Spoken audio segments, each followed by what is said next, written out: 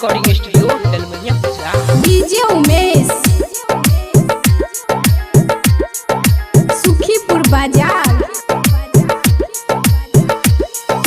शादी करके जाय छै देखा नै टेढ़ी मेढ़ी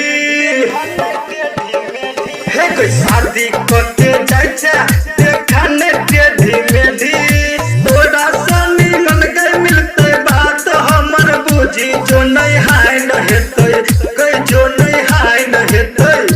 देखी तोरा से निमहान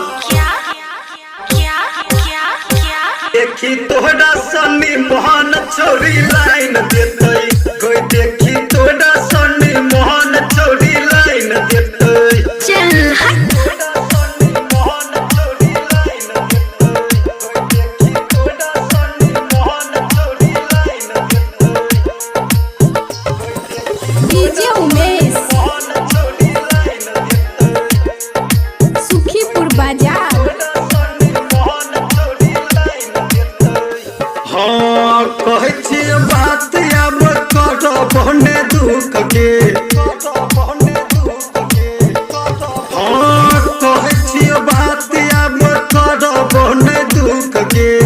तोरा सनी मान देते टिकी वाली सुख के हम बनबै हीरो टिकी वाली बनते हीरोइन तोरे हाय न हेतौ कोई तोरे हाय न हेतौ आ देखी तोरा सनी मान देखी तोहरा सनी मोहन छोरी लाइन देतै कोई देखी तोहरा सनी मोहन छोरी लाइन देतै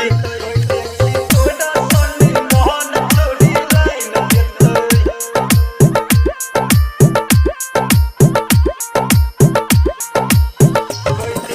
डीजे उमेश मोहन छोरी लाइन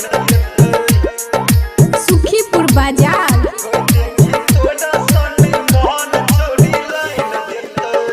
हाँ 16 सिंगार ओकर रहै हरदम गे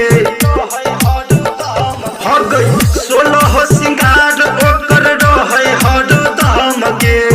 टिकी वाला वीडियो डल नहीं हेतै नहीं खत्म गे कहै छौ न रश्मि डला बात हमर बुझी जो तू चल जइहे गई जो तू चल जइहे